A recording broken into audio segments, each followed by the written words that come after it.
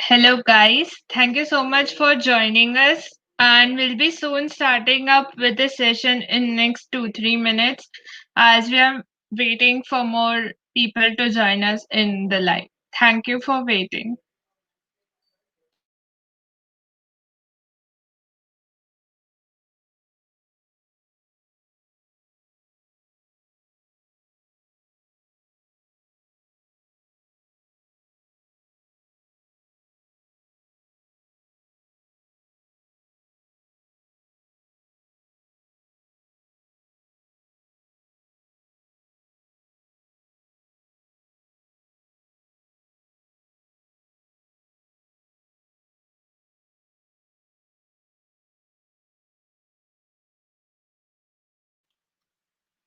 So, hello guys, and welcome to Kaggle Days Meetup Surat on A.I.M Learning. So, A.I.M Learning is our broadcasting partner, and it helps us to provide some good meetups and interactions with the public. Also, thank you so much to our community partner Merge Intern.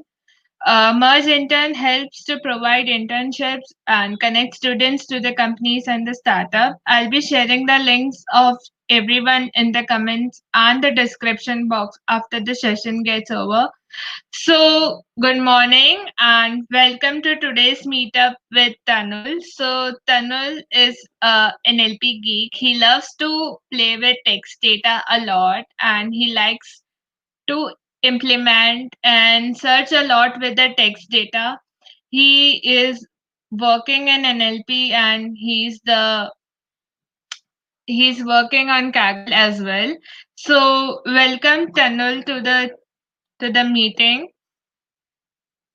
Tan Hi.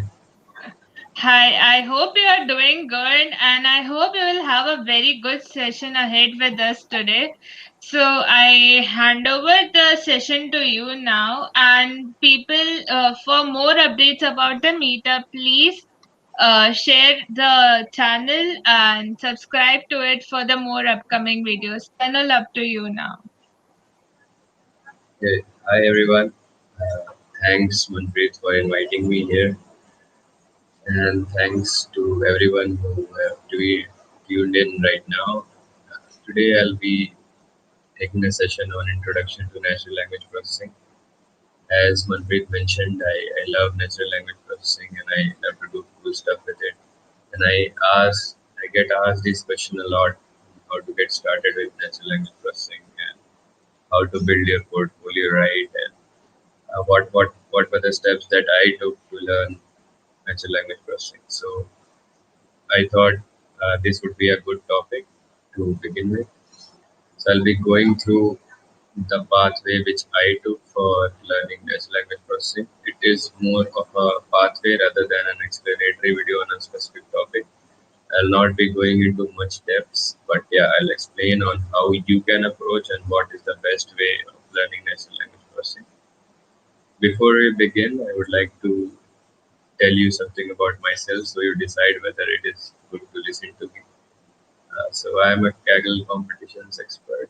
I'm ranked 1600 in the world. Currently, I hold 5 competition medals out of my 6 competitions. And I'm Kaggle Kernel's master.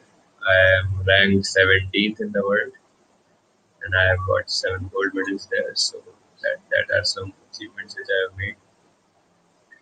So without wasting any time, let's just dive right into the presentation. Let me just share my screen.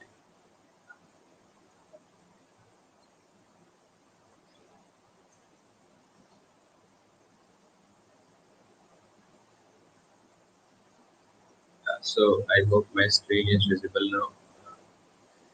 So today's lecture will be on Introduction to Natural Language Processing. I'll not talk about what is the NLP and applications of NLP. I'll just dive right in because we already know that, right? Every session which you will go to or every introductory course which you will take will always let you on first, like what is natural language processing. Natural language processing is a paradigm of machine learning which deals with linguistics and it enables machine to read, write, and speak. So That's not the part which I'm focusing on right now. My main focus is on how to learn NLP in an effective and best way. So let's start with it. So again, not going into the applications of NLP, it's first I'll try to describe what are the ingredients for any machine learning model. So if you have ever worked with tabular data, you might have noticed that we have mostly numerical features that we feed into the model, and whenever we have non-numerical features like categorical variables, or let's say target is male or female, then we always convert it into uh, numerical variables using one way or other, also called label encoding or one-hot encoding, and several methods. So at the end of the day, what we need numerical features that needs to be fed to a machine learning model in order for it to work right. So the first ingredient is always to get numerical features out of anything you want to model with. The second most important thing will be if we are generating features, let's say you have a text or you have an image, you don't have numerical features for that, right? Text is text and image is just a, uh, you can say 3D kind of a array. So we do not have features for that. So what do? We generate features, right? In tabular data also, whenever let's say we have two features, and to improve our model, we generate a third feature which is more correlated with the target. So whenever we generate features, what do we want to do is the generated feature should represent accurately from the things it was generated from. So if we are generating something from image, our features should accurately resemble that image. Otherwise, it's useless, right? Meaning, if you are taking an image and you are generating features like image size or something, let's say difference in or just the name of the image. So it is not a nice feature because it is not accurately representing the image. Similarly, we go for text also or any other tabular data, anything in particular. The third and most important thing, we try to generate the features which are more and more correlated to the target and should make sense, right? If the features that we generate do not make sense or are not correlated with the target, then it's as useless as the other features that we already had. There's no point in generating features. So the ingredient of any model, we should have numerical features. The features should adequately represent the thing from which they were generated, and they should have a good correlation with the target. So with these three things in mind, uh, let's go on to the next slide and see how to begin with natural language processing. So what would be a most naive natural language processing model? Let's say you know nothing about natural language processing, right? And you are given some text sentences or something, and you are asked to do sentiment analysis on that. So let's say you have a sentence, Tanul is a good boy, and you want to know whether this sentence has a positive sentiment, a negative sentiment, or a neutral sentiment. And this is just one example. Let's say you have hundreds of sentences like this, and you want to know whether these sentences are positive, negative, or neutral. So what will you do? What will you do if you know nothing about it? So if you have done work with tabular data, you know that, and as I suggested in the first slide, we need numerical features, right? So we'll try to generate numerical features from all the knowledge that we have. So what are the knowledge that we have? What can we generate out of a text? So what I would do is I would count number of words in each sentence. That's obviously a thing that comes to your mind, that we can always count the number of words in each sentence. So that's one. Again, then the next feature which I will generate is number of characters in each sentence. Then number of unique words in each sentence, getting maximum word length and minimum word length from a sentence. Counting number of spaces in each sentence, and a lot of other features that you could think of.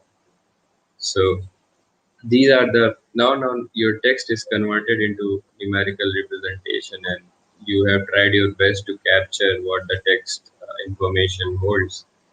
So now you can just take these features and feed it into any classification model like logistic regression or XGBoost or anything. So you'll get some results, right? So this is the most easiest naive NLP model, and there you have it. You have built your first model. You did not need a whole lot of BERT and anything used in it, but yeah, that's as easy as it is. You'll have to think in the right direction. It never goes that for machine learning. It is always the case that you start small, very small, and then you build on to that to make the solution more and more complex, adding complexity one step at a time, and see whether the direction in which you are heading is working nicely for you or not. So this is the most basic NLP model. So this is what people used to do when there was nothing else available, probably in the 1980s or in the 1970s. These are called meta features. Uh, Whenever I start with an NLP problem, this is the first model which I build just for a baseline so that I can build on top of it. So the next question which comes to your mind might be how we can improve on this. So how do we improve on this? More handmade features. What else we can do? We can probably get more handmade features, of course, but that we have already done. So now what? There is something called fuzzy features, which uses fuzzy logic between the texts so that we can generate more features from there. Maybe try another model with that. So, machine learning is an iterative process in which what we do is we build a model, test it, we try another thing, we test it, we try another thing, we test it, and then we decide whether this works or not. So in the first iteration we did modeling with meta features. In the second iteration we did modeling with fuzzy features. Now the first most basic NLP approach is what which was developed. We move on to that. So the main concept here is tokenization and why it is important. I wanted to explain in detail. As I said in the presentation, I have not written a lot of stuff. It's mostly what I'm going to speak that will be of much importance. So what is tokenization? Uh, let's say as humans, we understand the natural language even before we know how to read and write it, right? Like we understood Hindi even before we knew how to read or write. We know how to talk to people. We knew how to talk to friends before even reading or learning to read and write Hindi. Why was that? Because as humans we develop a habit of connecting phonetic sounds to words, right? If we pronounce something, we automatically correlate, oh yeah, I pronounce this in this way and this represents this. So we have a prior knowledge of uh, the language even before we start learning about the language. But for the machines it is very difficult. It does not have anything. It does not know anything about the language, and we are asking it to learn everything. So yeah, machine for that to be effectively done, we use of something called tokenization. What we do is we break the whole sentences into single chunks of words, single words, so that the machine now can understand one word at a time and not the whole sentence or something. So there is a lot of way tokenization can be done, which I'll cover in the future slides. For now, let's say the tokenization is just breaking the whole sentence word wise. Let's say, for example, Tanul is a good boy is a sentence. So the tokens will be Tanul is a good boy. So you might be wondering what if there's punctuation, or what if there are other things? Do we have them as separate tokens or what? So yeah, that's another thing which I'll cover later. So the first step to make the machine learn any language is to just simplify it for the machine. So first step is tokenization, and the second most important model that was used primarily in natural language processing was bag of words. So what is bag of words? In bag of words, what we do, let's say again, Tanul is a good boy, taken as an example. Let's say we have 200 sentences. So we take those 200 sentences and we built a dictionary out of it. So what is this dictionary? So what we do, we take the whole 200 sentences, we count the number of unique words in it. Let's say good is a word which appeared, let's say, 100 times in those 200 sentences. So what we do is we build a dictionary. We take the whole 200 sentences and then we break it into words.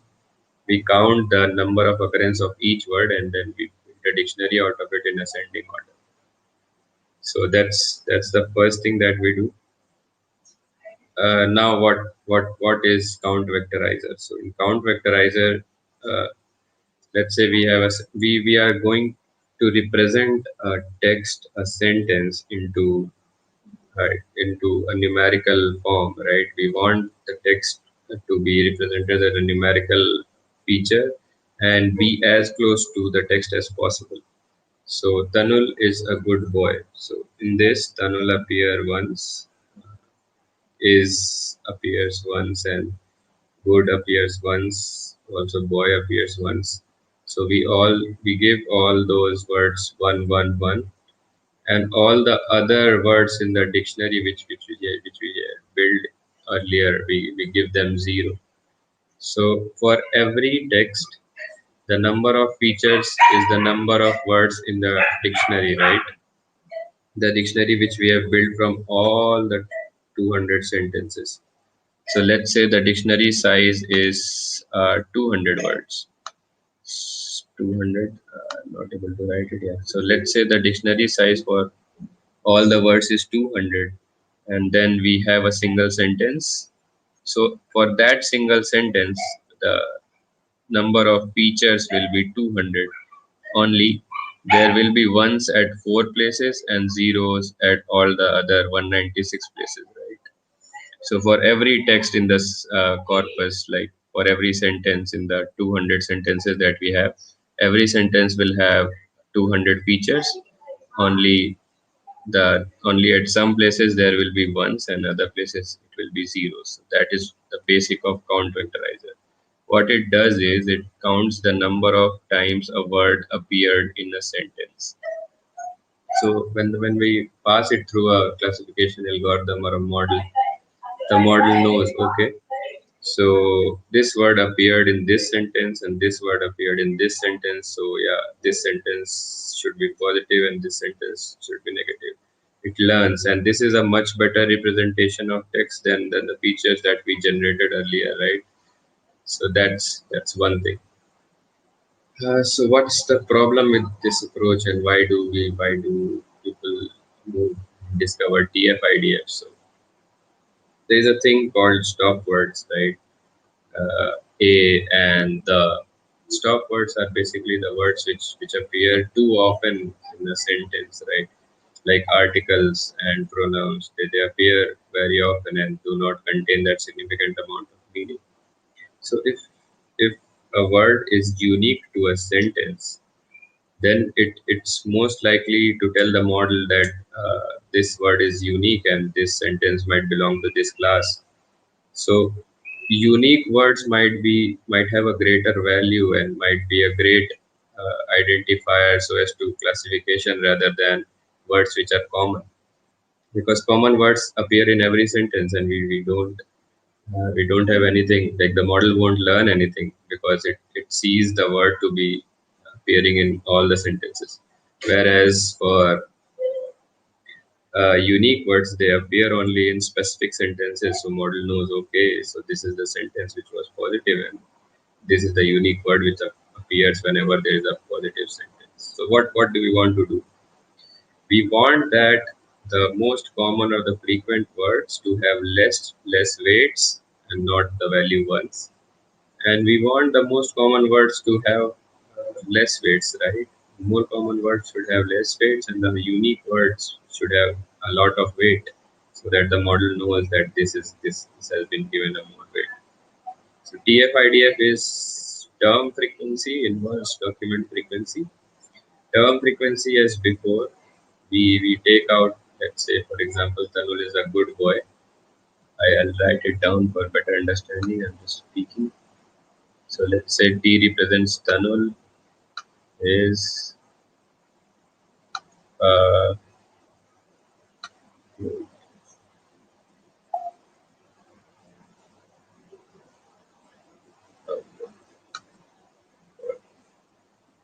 so term frequency is number of times the word appears. So Tanul appeared once, is appeared once, appeared once, good appears once, and boy appears once. So as you can see, is and are most common words, and they are going to appear in a lot of sentences. So we don't want to give them value 1. We want to give them value less than 1.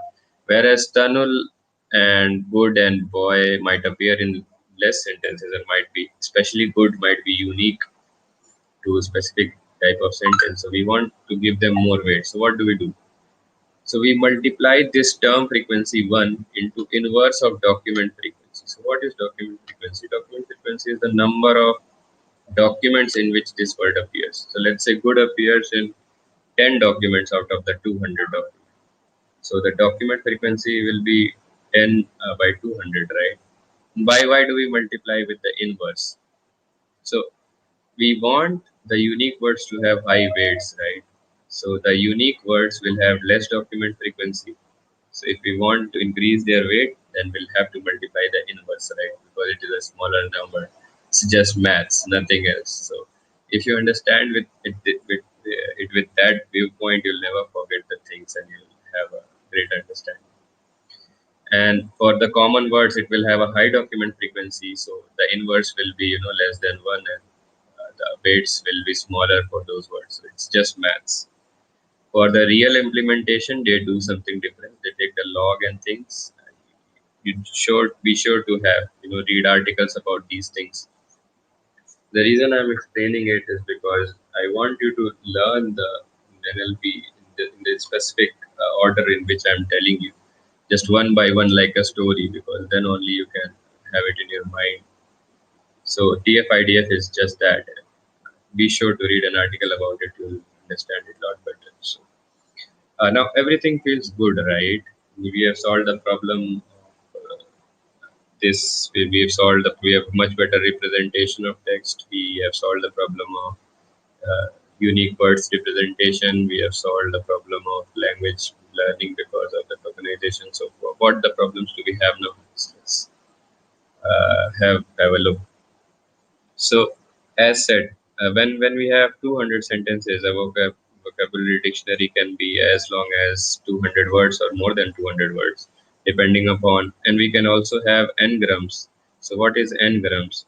So we can decide on whether to have the frequency counted on single words or double words or triple words.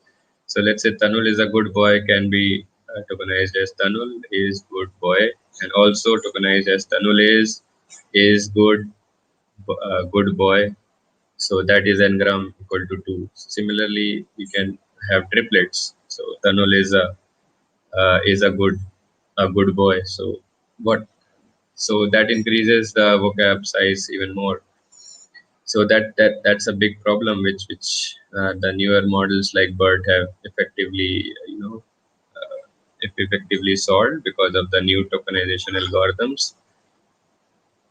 So we have a big vocabulary size so as to accommodate all the words. Also, uh, there might be words which are not present in. There might be words in the test set which might not be present in the training set, and we build the vocabulary from the training set, right? Also, people might use slangs, emojis, wrong spellings. Also, like people might use wrong spellings, like when we are using reading a tweet or doing tweet mining. People might write good with a Good, super excited good. So how then a model will treat it as a separate token when it should not. So that's that. So how do we solve these basic problems that we have with TF-IDF? So first of all, with these classical approaches, the methods that were used were stop words removal. So The words which do not add any specific meaning to our text, like the articles and things like that we said, we just remove them. Those are called stop words. So we remove the stop words. The reason behind it is that, again, that the stop words do not add any meaning to the kind of features that we are generating right now. Second is stemming and lemmatization. So that this is the basic solution of the step, that we need to have smaller vocab size. So this is the one step in that direction. So what do we do is, let's say we have a word, mark, marking, markings.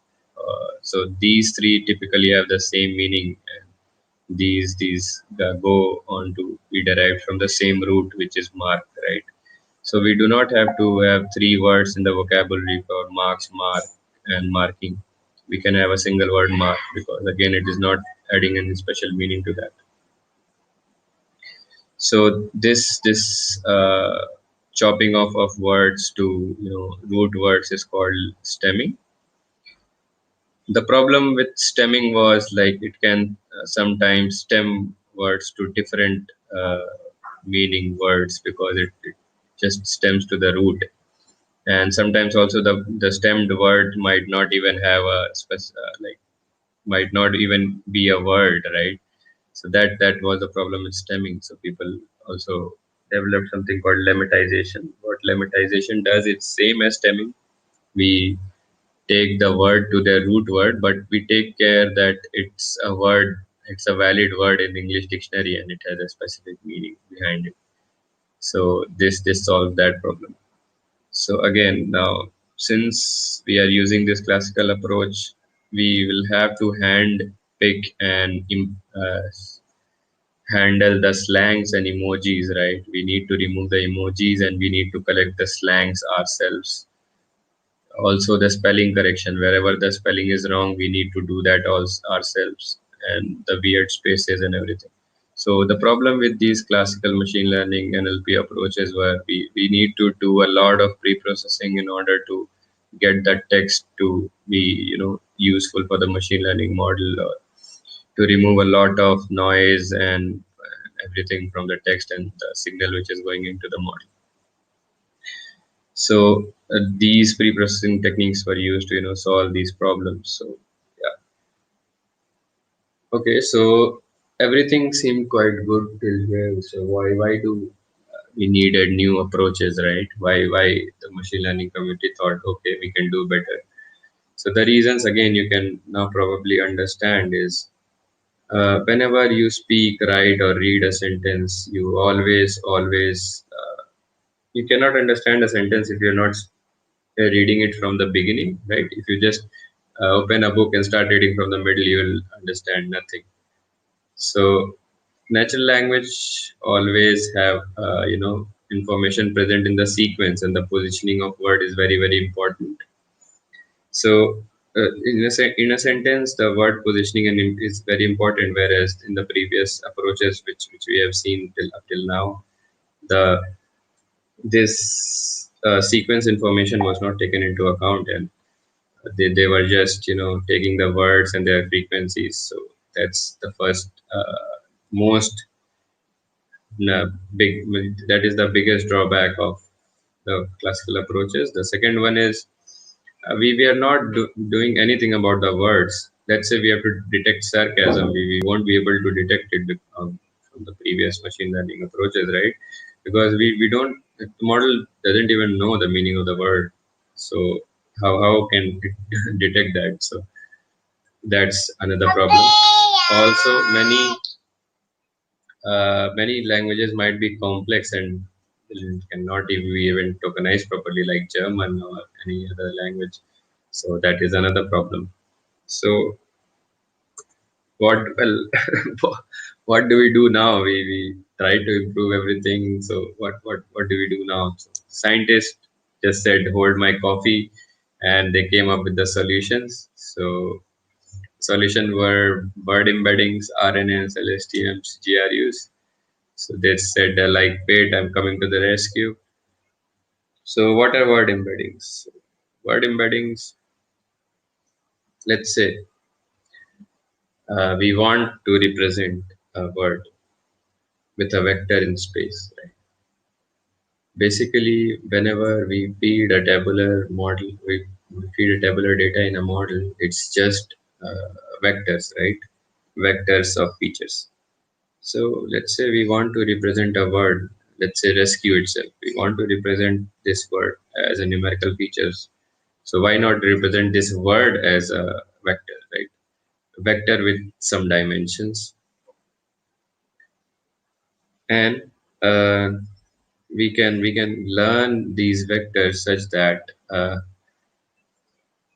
let's say man and woman are of the same kind, right? So what word embedding does is this: it is just a representation of man, and it's just a representation of woman in the vector space or in 3D or whatever the dimension might be. So these vectors might be very similar to each other, and that's the beauty of word embeddings. So this tells us that the model now knows the meaning of the words. Similarly, the word vectors of king and queen might be very similar to each other, right? So that's the beauty of word embedding. So I'll again ask you to read on this topic of word embeddings. It's again a whole new topic which cannot be explained in a single lecture. And the point of this lecture was to give a pathway and not to explain everything. So yeah, please give word embeddings a read. The main intuition is we want to solve the problem of uh, not getting the word meaning. So word embeddings, with word embeddings, uh, we now give the model the meaning of the words as well. The model knows, okay, this word means this, okay, this word is similar to this, okay. So the model knows everything now. And the second problem was did not take into account the sequence information. To solve that problems, RNNs were brought into the picture. So RNNs are recurrent neural networks.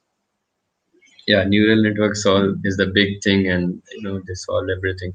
So what RNNs do is they take the words one by one. Like they will take I am at the first step, coming at the second step, to at the third step, the at the fourth step, and rescue at the fifth step. So this now, due to RNNs, we are able to capture the sequence information as well. Now the model takes one word at a time and know, okay, this word came before this word came before this word, okay. And for every word, the RNN outputs hidden state, which can be also thought as the representation of words that the RNN has learned. So when the RNN is reading coming, it has already information about the I am given to it. So yeah, it knows about, okay, I am was before this, and it has this information. Now I have coming, and now I'll have the next word, and I'll when the RNN moves to two and two is fed to the RNN, it has already the information about I am coming. So that's the beauty of RNNs. Oh, and then LSTMs and GRUs were discovered. And as I said, to build a story around something is very good. So for every discovery, we need a problem, right? So there might be a problem with RNN which led to LSTM and GRUs. So the main problem with RNN was vanishing gradients. It did not take into account long-term dependencies. So LSTMs and GRUs were developed again. These are topics which are something which needs an individual session for it. So please do sure to have a read on it. I have a kernel on. I have a notebook on my Kaggle, which gives you a whole pathway of starting from basic RNNs and building all the way to BERT. Try that. There I have mentioned all the relevant articles and all the things which I use to learn these things. And for the previous classical machine learning part, machine learning NLP part, please follow the steps from one first slide to the second, third, fourth, fifth. Before you move on to these RNNs, LSTMs, and GRUs part, please follow the first and build simple models with bag of words and things like that, so that you have at the end, you'll have a better understanding. Then only you can move on to the deep learning approaches. So, by again, why do we develop the new approaches? Because the problems with LSTMs, they fail to capture long-term dependencies. LSTMs only looked at one side of the input, and they did not work well with tasks like machine learning and neural machine translation and things like that. So the main NLP, that's mostly the end of my presentation. The natural language processing has witnessing a paradigm shift towards deep learning with the new attention models. I have a talk on attention models, and if you want to see on Kaggle Days daily meetup. And again, that those are some of my favorite topics which I love to speak about, but at the same time, that cannot be covered in the same lecture. It was only a pathway. So, what after LSTMs, we moved on to sequence to sequence models. Then we moved on to language modeling. We also do some kind of topic modeling. Topic modeling is gathering the same text together, and then we got the paper attention is all you need, which is transformers and then BERT and things like that. So there's a lot to learn from here, but first I would like every one of you who is watching this to at least understand till LSTMs, then only you can work your way forward. One thing which I wanted to add on this is bigger is not always better. Sometimes an RNN or an LSTM can beat BERT or a bigger model. It's just the main ingredients to an ML model will always be the right features, the right pre-processing, good understanding of the data, and good choice of computation metric, good cross-validation strategy, and things like that. With that being said, I'll end my presentation and move on to the more interactive session with Manpreet, if that's okay. Thank you so much, Tanul. It was really very good. And we have some few questions for you coming up.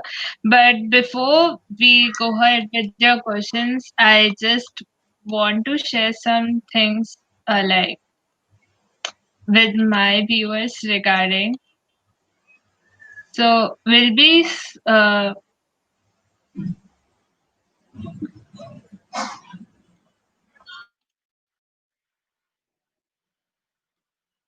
okay.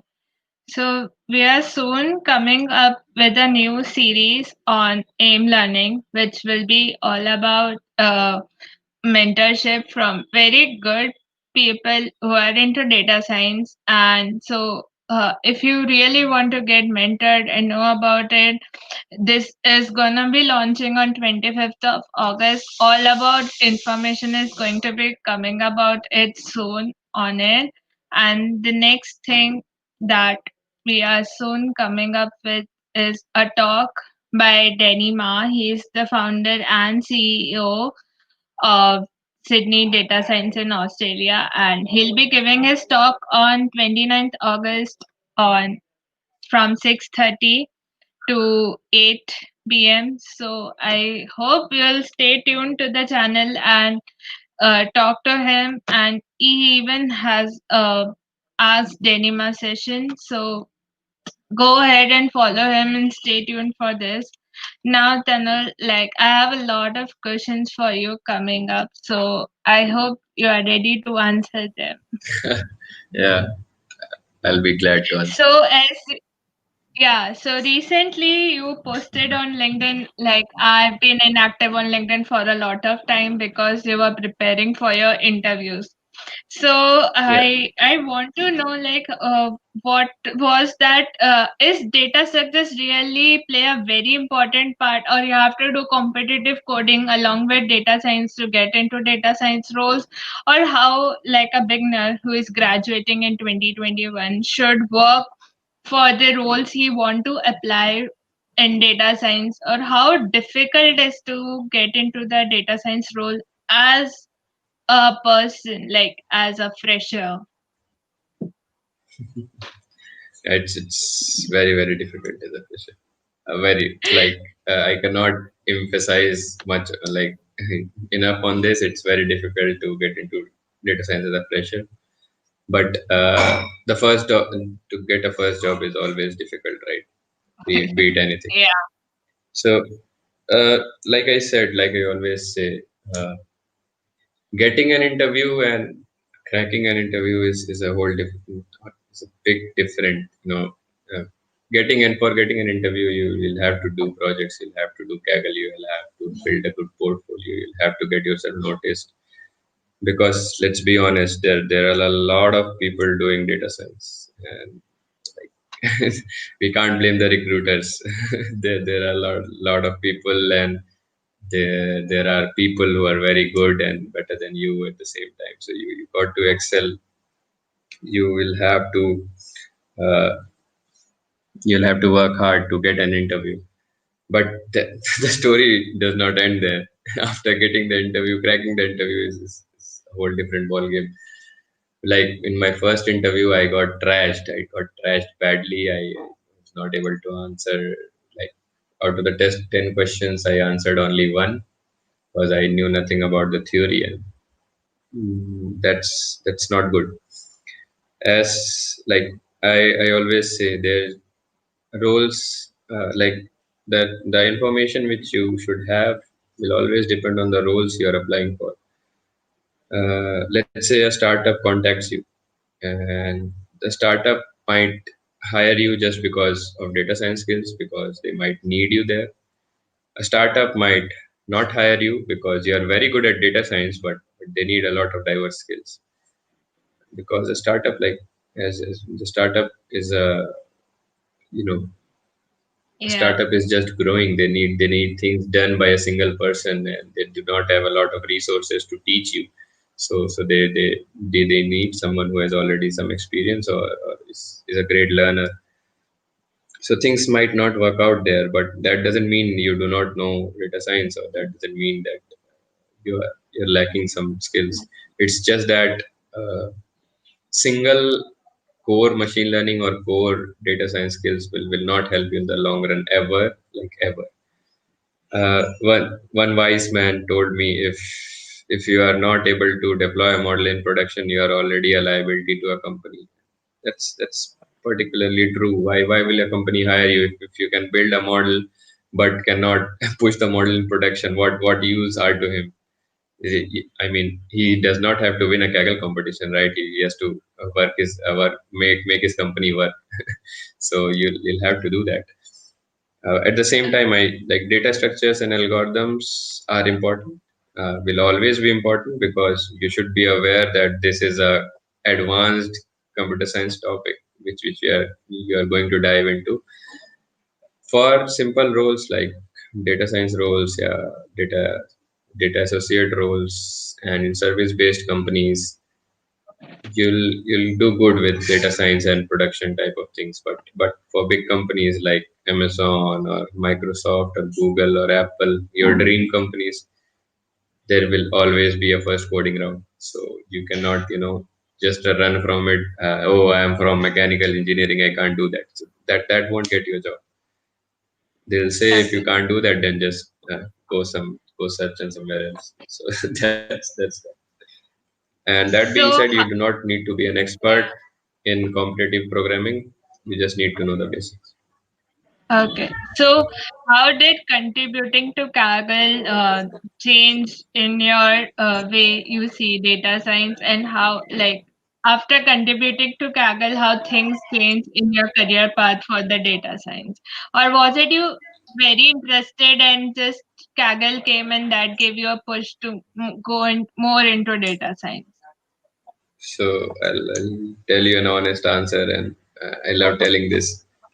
So on February 12th, this year 2020, no one kind of, like, I did not know anything, and no one knew me at that time. I was just a random person trying. starting with the data science week. And it's what, August 23rd, and it's my fourth talk. I have secured a placement, and Abhishek Thakur knows me. So that's all because of Kaggle. So you can see the impact. I guess that's sufficient for an answer. Yeah. Okay. So, generally dealing with NLP, especially as you said in your talk, there are like a lot of models now, BERT and BERT. But as a beginner, people get glorified with these terms of BERT, Albert, Elmo models, and they just don't focus on the basics and go with the basics. So, what do you think is that they're doing wrong, or they should start with the Yeah, initial thing like mix match algorithm, and then go with the language model, then go statistical modeling, translations, and then like go ahead with the neural machines? What do you as I think? said, it's not good. Directly jumping into the deep learning model, it's not good. But at the same time, I'll not ask anyone to first go to statistical modeling, then learning semantic parsing and learning trees and stuff Yeah, like yeah, that to get into NLP, because those are obsolete and we do not need that. But you yeah. should But know that, like having a knowledge of that subject that existed, because now that's why we use deep learning, could be a yeah, good use to begin if you with. are focused on research, if you are focused on research and you want to work for a lab or something, you want to do a master's, please go for it. But if you want to get a job, it's not important, or it's not relevant at all. Because when you'll start the job, you'll automatically gain experience. I mean, you cannot expect everything from a fresher, right? Yeah. If you have, if you're expecting everything from a fresher, then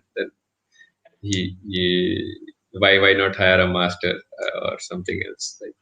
So the main thing is, I suggested a pathway in that manner because you need to learn the basics. Without basics, the building will always fall. You'll not have the concept, you'll not know why these things were even developed. And when you get asked that in the interview, you are just numb, which is not good. So let's say you have won two silver medals in Kaggle, you get an interview and you know nothing about TF-IDF or count vectorizer. It's bad. It's not just for you, but for all the Kagglers out there who have got the silver medals. The recruiter will from the next time will be cautious.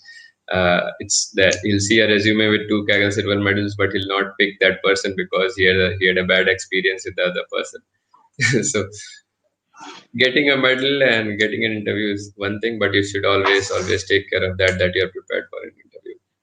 So Okay. always go with the basics. Even when I was starting with Jigsaw competition, I knew nothing about NLP, and there was Bert and Bert and Bert and Bert. But still, I worked my way from the basics till Bert, and I was not satisfied until I know how everything works. So Okay. that should be the case. So generally working with text data is the major part of its cleaning and pre-processing text, because suppose you have a word called Fisher and you have Mr. Fisher. Okay, so these two things are completely different. But if by chance you do it a lowercase, it may seem to your model as the same thing. So how important do you feel that cleaning and all stuffs, like stopwords removing, lowering case, is it this step important for every task like sentimental machine translation, or it depends on task to task for you to do that stuff? Like, because So I believe when you are doing a machine translation, removing stopwords could be a very bad thing, because then the translation into other language would be something very different. So what do you think on this? as I said, to be very frank, with the new approaches like BERT and the special tokenizers like sentence piece or word piece, we do not need any kind of pre-processing now. We can train those tokenizers to learn that. Yeah. Now the tokenizers are smart enough to know, okay, Mr. Fisher and Fisher are two different things. Nice. And they're also smart enough to generate different embeddings for those words. So with the latest models like BERT, we do not even need any kind of pre-processing. That's the beauty of it if you read about it. So that's the first thing. But as I say every time, pre-processing and understanding the data is the most important part of any machine learning problem, be it text, computer vision, or anything. So uh, pre-processing of some kind will be needed, that is particular to your task. But if you are using the state of the art approaches, I mean, man, they've improved so much. They are smart enough to understand anything. Like, if you do machine translation with, let's say, roberta, it knows. You do not have to pick up the stop words, or you do not have to correct the spellings. You do not have to do segment, like lematize, or you do not have to do anything, because they use the subword algorithms, and that they are smart enough. Okay, so we have this question by Akashta. She's like, it's being asked, which course would you suggest for data structures and algorithms? So okay, I started myself last week with lead code. So I'm currently on arrays. Yesterday I learned how to delete an element from an array. So I'm not the right person to ask that. But yeah, lead code is good. Like, I have a friend who got placed into Google. He suggested lead code. So yeah, lead code is good. I guess HackerRank also works good for the beginners. They have this easy to Yeah. difficult thing. Okay, As, so as the I next said, I have thing. zero experience in that. I have been also exploring the same since after this lockdown only. So yeah.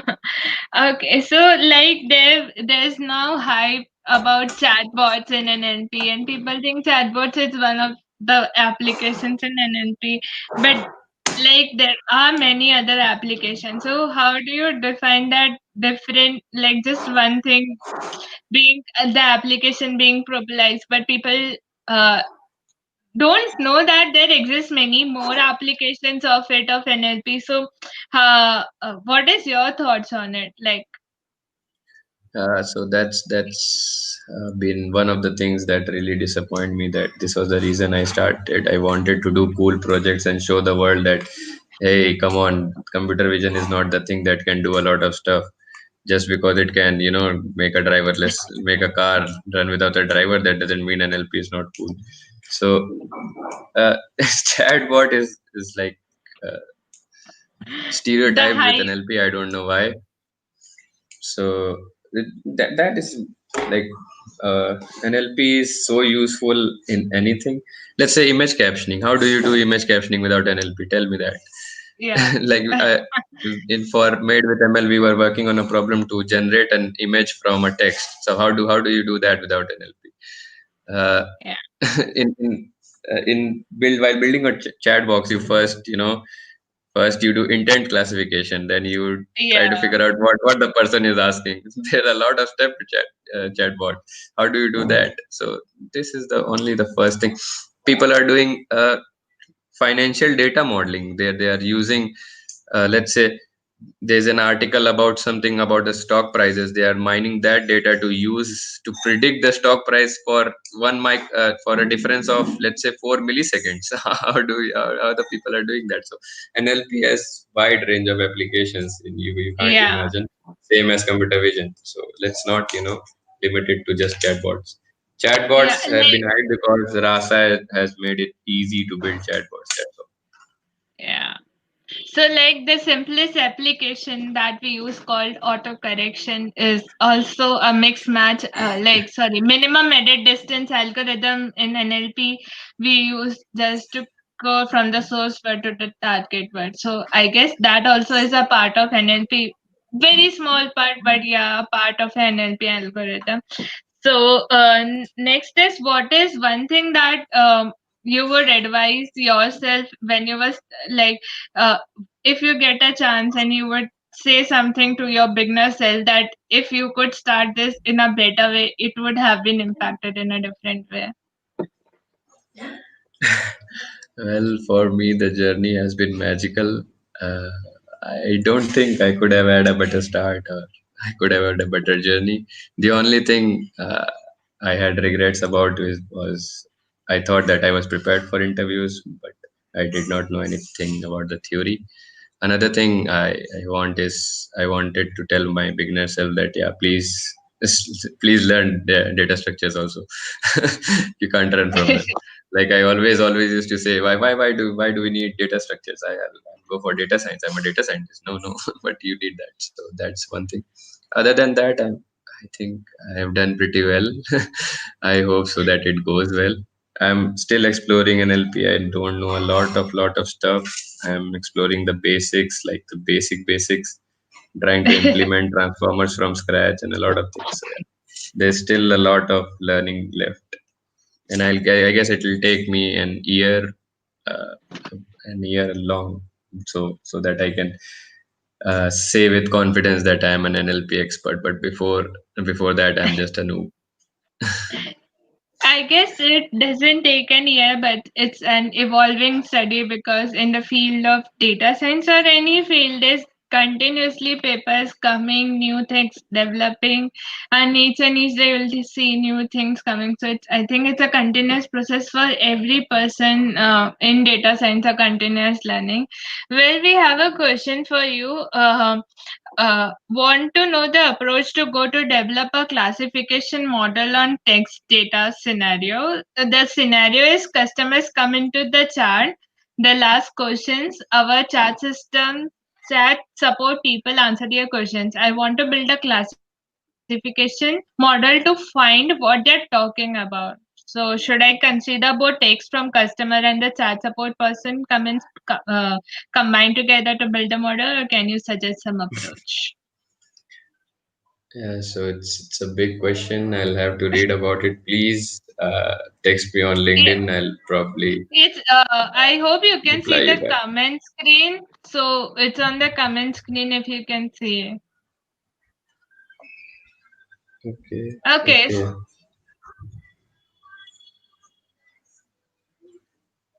Want to know the approach to go to develop classification?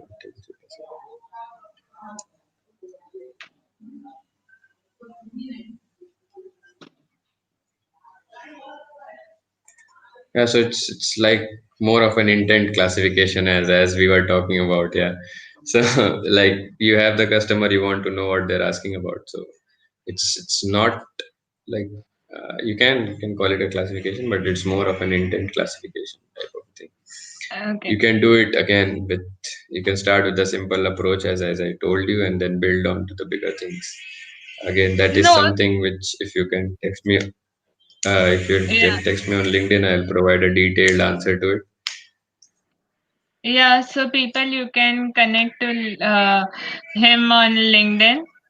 Uh, The link is here. Okay, so the next question for you is, Tanul, that a lot of research primarily you see is on English, French, and Chinese languages, and now Hindi is coming into a play. But how you see, like, have you ever you have this to work with Indian languages where we lack a lot of parallel corpus data or something? We lack a lot of data, and we are building upon data on it. So how do you see on that part? Have you ever wanted to work on Indian languages? I have actually. I have. Like. I really wanted to, but uh, I, due to my, I wanted to get placement first, so that's why I was not able to.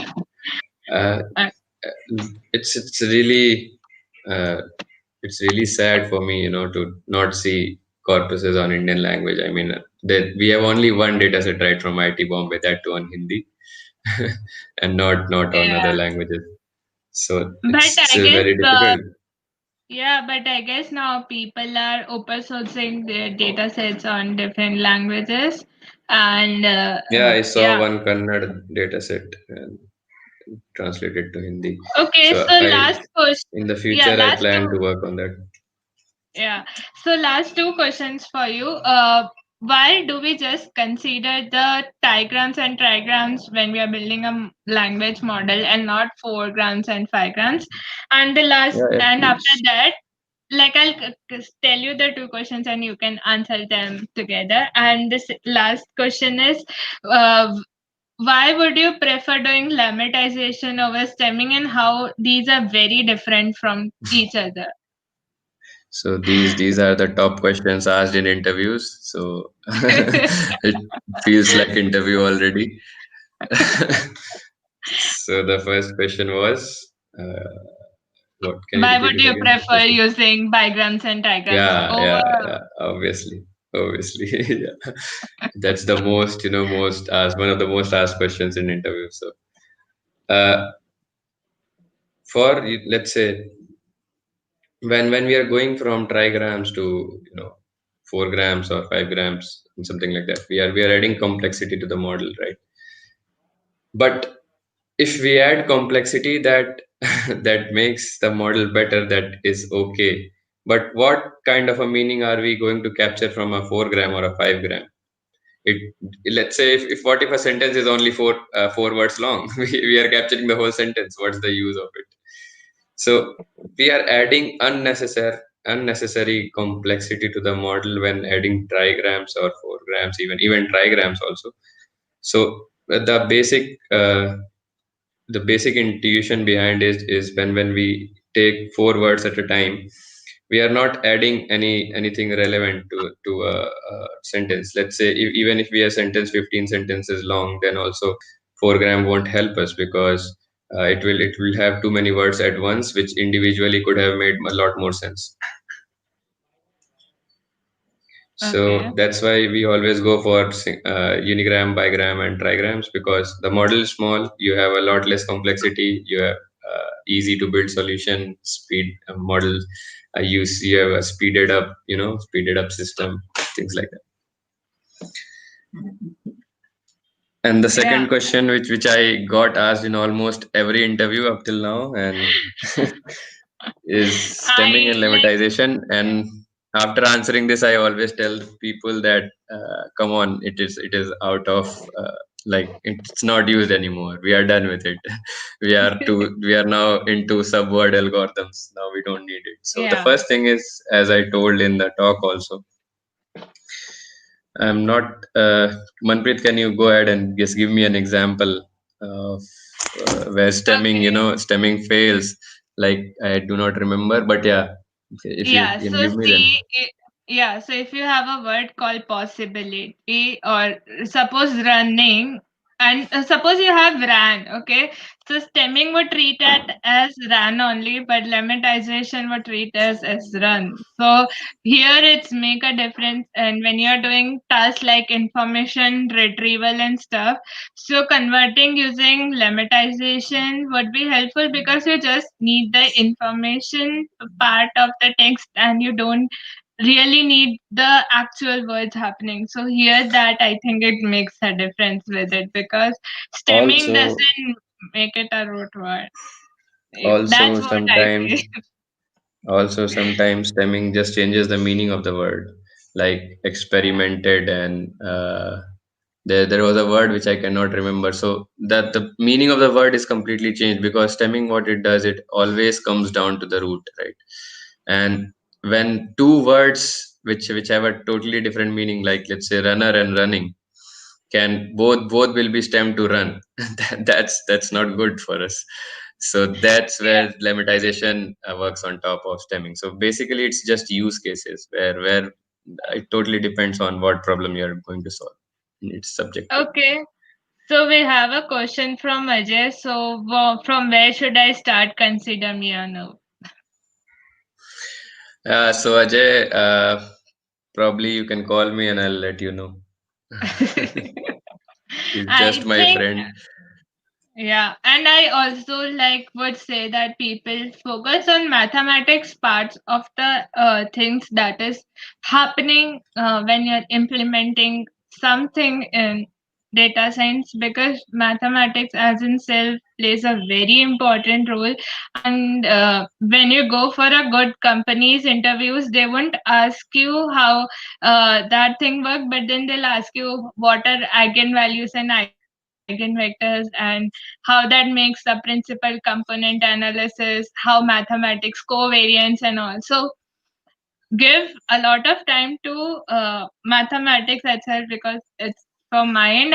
I have seen that it plays a very important role. Even if you are going in research, Like I was working on a research project, and I was not told to explain the research paper, but tell me how from the given mathematical equations you interpret that this diagram is working. So focus on the max part Yeah, as so well. I would like to say, like, if you are a fresher and if you are not going to research part, mathematics is not that important. Because you, again, like I said, you cannot focus on everything, right? So Yeah, the but I first, feel when, yeah, but when the I main got pathway should be interviewed, first applied first learn the applied part, then learn the theory part, and then if you get time, dive into the maths. okay, that might be an experience difference, but because recently when I got interviewed, it was all about mathematics. Nothing Because you're related. going for a research role. No, no, in a startup for a machine learning engineer role. I said when you're going in a startup, it's different. They want a Yeah. lot of stuff.